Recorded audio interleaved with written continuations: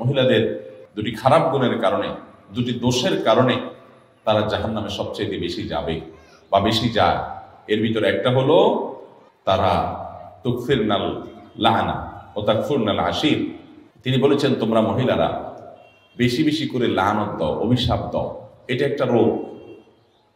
কথায় কথায় এটা পুরুষের মধ্যেও আছে এই রোগ, কিন্তু নারীদের মধ্যে স্পেশালি বিশেষভাবে এই দোষটা অনেক বেশি, যে কথায় কথায় লানত দেওয়া, চট করে রাগ হয়ে স্বামীকে, বাবাকে, সন্তানকে, ছেলে মেয়েকে, সংসারকে, এটাকে সেটাকে অভিশাপ দেওয়া, বদদোয়া করা, গজব দেওয়া, ঠাডা দেওয়া, এরকম খারাপ উক্তিগুলা, অভিশাপগুলা বেশি বেশি দেওয়া, এটা জাহান্নামে যাওয়ার কারণ।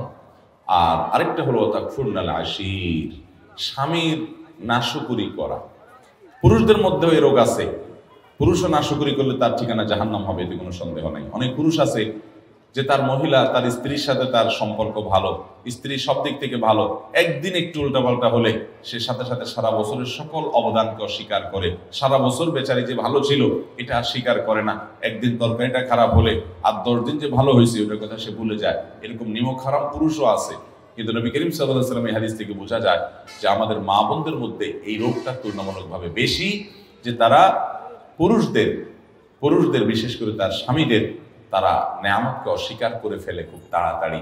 আর এটি তাদের জাহান্নামে যাওয়ার অন্যতম কারণ। এই জন্য আমাদের মা বোনদের জন্য এই দুটি অ্যালার্মিং পয়েন্ট, যে আসুন আমরা কোনো অবস্থাতে আমাদের সন্তানরা, আমাদের স্বামী, আমাদের মা বাবা, সংসার বা অন্য কোনো কিছুকে আমরা গালিগালাজ করা, বদদোয়া দেওয়া, ঠাডা দেওয়া, আপনার অভিশাপ করা, আল্লাহর লানতের কথা বলা, এগুলো আমরা কখনো করবো না। এরপরে সাবধান থাকবো। আর দ্বিতীয়ত হলো আল্লাহ তাআলা স্বামীর সংসারে যতটুকু আপনাকে নেয়ামত দিয়েছেন এতটুকুর জন্য আল্লাহ শুকর আদায় করবেন, নাশকরি করবেন না। জীবনে তোমার সংসারে এসে কি পাইলাম? কিছুই পাইলাম না, আমার পুরো জীবন শেষ হয়ে গেছে, অথচ আমি তোমার সংসারে সুখের দেখাই পাইলাম না, এরকম কোনো কথা আমাদের মা বোনরা আমরা বলবো না। বরং আল্লাহ তাআলা আমাকে যে অবস্থায় রেখেছেন সে অবস্থা আমরা শুকর আদায় করবো।